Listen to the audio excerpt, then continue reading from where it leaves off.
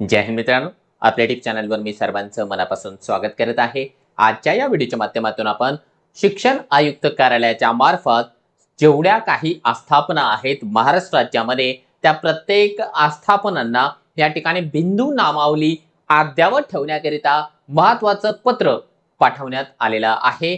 त्यामुळे आपल्याला एक गोष्टीचं समाधान या ठिकाणी वाटणार आहे की येत्या शिक्षक भरतीची प्रक्रिया जलद गतीने होऊ शकते।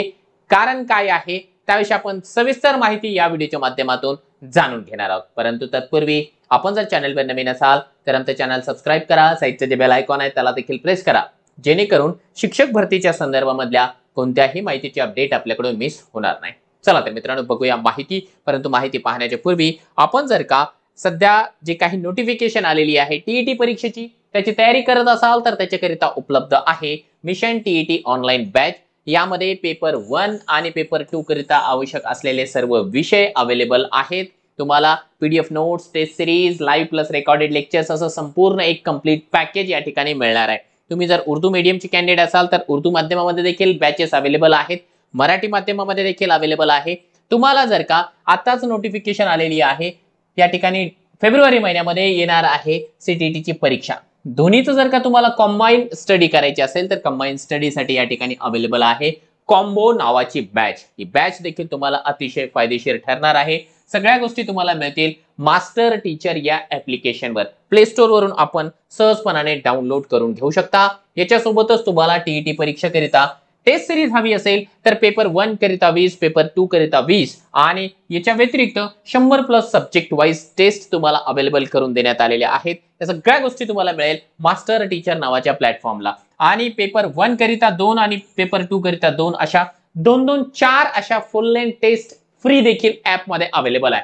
त्याचा लाभ आपण नक्की या ठिकाणी घेऊ शकता। मास्टर टीचर ऍपची लिंक या व्हिडिओच्या डिस्क्रिप्शन बॉक्सला उपलब्ध आहे।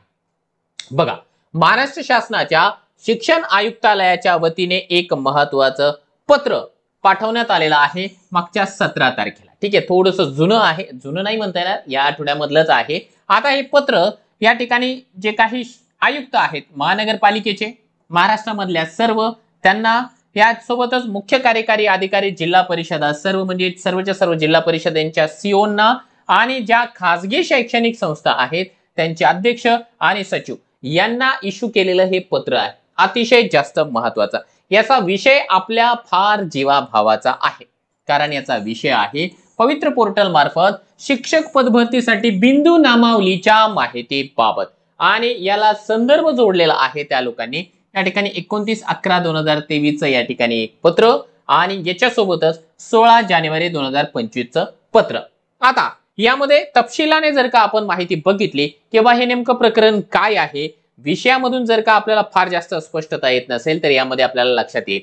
बघा, यांनी सांगितलेलं आहे माननीय शिक्षण आयुक्त महोदयांनी डिटेलमध्ये सांगितलं की शिक्षक पदभरती करिता जे आहे मे जून 25 मध्ये टेट परीक्षा घेण्यात आली आणि या टेट परीक्षेचा निकाल 18/8/25 ला प्रसिद्ध देखील करण्यात आलेला आहे।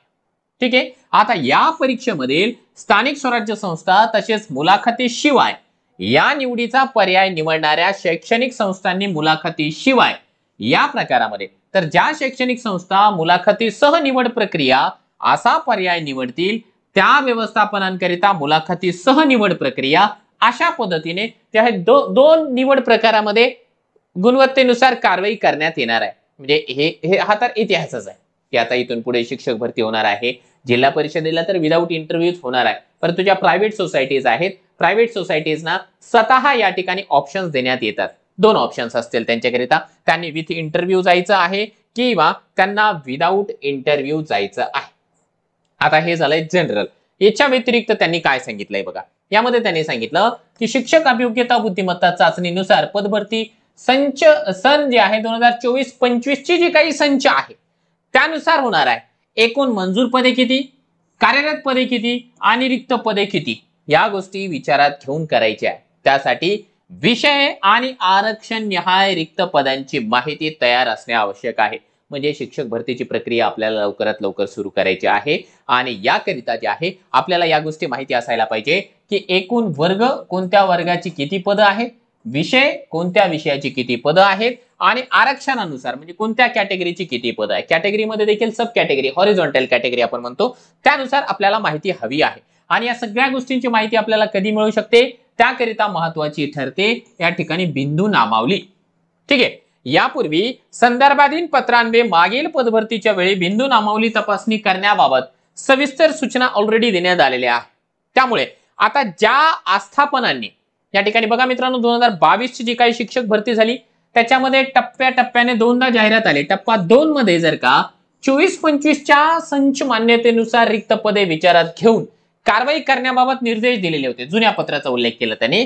त्यामुळे मागील सूचनांप्रमाणे शासन निर्णय जो होता 27 फेब्रुवारी 24 चा, त्याच्यानंतर बिंदू नामावली तपासलेली असेल तर पुन्हा बिंदू नामावली तपासण्याची आवश्यकता नाही. तथापि ज्या व्यवस्थापनांनी शासन निर्णय दिनांक 27 फेब्रुवारी 24 नंतर बिंदू नामावली तपासलेली नसेल तर ती तपासून शिक्षक पदभरतीसाठी तयार राहणे आवश्यक आहे. आता मित्रांनो हा जर का आपण GR बघितला तर तो मराठा उमेदवारांना मिळालेले जे काही आरक्षण आहे त्या आरक्षणाचा संदर्भ इथे जोडला जातोय. म्हणजे मराठा समाजाला जो काही आरक्षण मिळालेला आहे मग ते OBC मध्ये असेल किंवा SCBC मध्ये असेल, जो काही त्या शासन नियमाप्रमाणे असेल तर त्याच्यानंतर बिंदू नामावली चेक केलेली असणं आवश्यक आहे, कंपल्सरी आहे.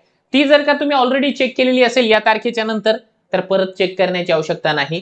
म्हणजे तुम्ही रेडी आहात जाहिरात देण्याकरिता. परंतु त्याच्या पूर्वीच तुमची तपासलेली असेल तर मग तुम्हाला नव्याने चेक करून घ्यावी लागणार आहे, बिंदू नामावली अद्यावत करून घ्यावी लागेल असा याचा अर्थ आहे. आता राहतो आहे एक वेगळं प्रकरण.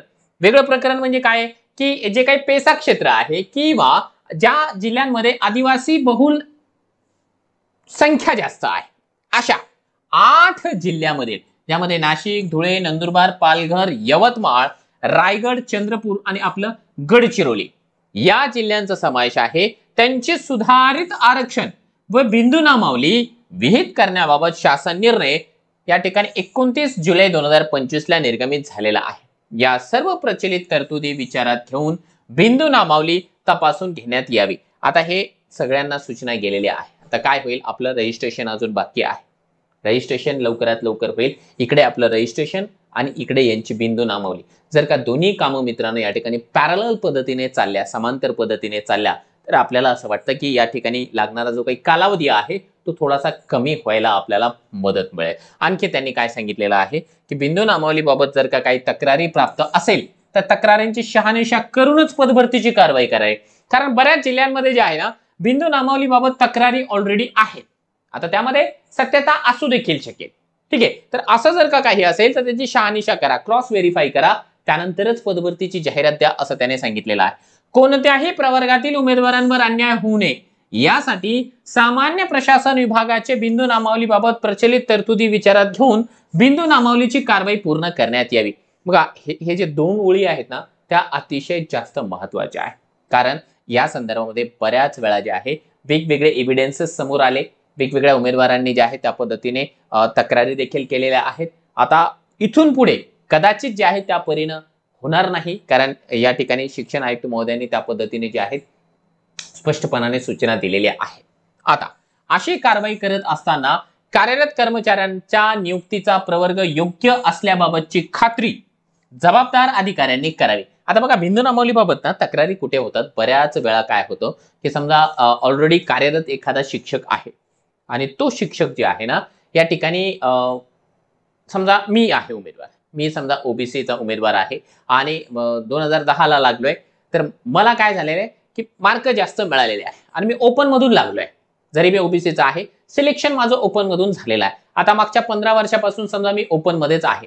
मग आता काय होतं कधी कधी की बिंदू नामावली बनवत असताना मला जे आहे माझी जी मूळ कॅटेगरी आहे ना OBC त्याच्यामध्ये टाकून दिल्या जातं. मग आता हे खऱ्या अर्थानं असं करणं चुकीचं आहे. कारण एकदा उमेदवार ज्या कॅटेगरीमधून जॉईन झालेला असेल त्याला त्याच्यामधून बदलता येत नाही. मग तो ओपन मध्ये असेल तर ओपन मध्येच ठेवा, तो जर का त्याच्या कॅटेगरीमध्ये असेल तर कॅटेगरीमध्येच ठेवा. आता हे असं काही जिल्ह्यांमध्ये अनियमितता या ठिकाणी घडल्याचं आपल्याला पाहायला मिळालेलं आहे. तसं होऊ नये म्हणून यांनी सांगितलेलं आहे की एक अनुभवी अशा प्रकारचे कर्मचारी घ्या किंवा एखादं जर का तुमच्याकडे कर्मचाऱ्यांची कमतरता असेल तर रिटायर झालेला उमेदवार या ठिकाणी घ्या. परंतु तुमची जी काही कामं आहेत ती पटापट या ठिकाणी जी आहे कंप्लीट करून ठेवा.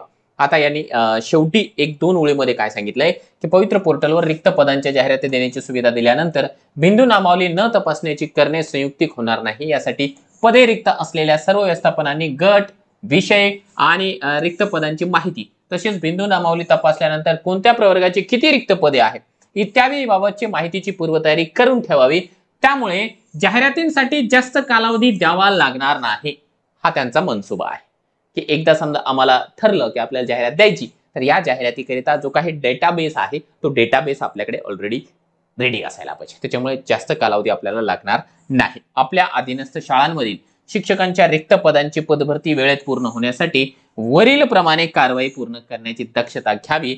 अशा प्रकारचं मित्रांनो हे जे पत्र आहे ते आपल्याला या ठिकाणी SP सिंग राज्याचे माननीय शिक्षण आयुक्त यांनी स्वाक्षरीनिशी केलेलं आपल्याला पाहायला मिळतो आहे। आता मित्रांनो हे खऱ्या अर्थानं ना आपल्या सगळ्यांसाठी एक गुड न्यूजच आहे असं म्हणावं लागेल, कारण फक्त आता एकदा रजिस्ट्रेशन सुरू झालं आणि एकदा ही जी काही संच मान्यता आहे ती जर का कंप्लीट झाली तर मग आपण निश्चितपणाने सांगू शकतो की आपल्या भरती प्रक्रियेला जे आहे वेग येऊ शकतो। आपल्या प्रतिक्रिया या संदर्भामध्ये काही असेल किंवा शंका काही असतील नक्की आपण या व्हिडिओच्या खाली कमेंट बॉक्समध्ये विचारू शकता।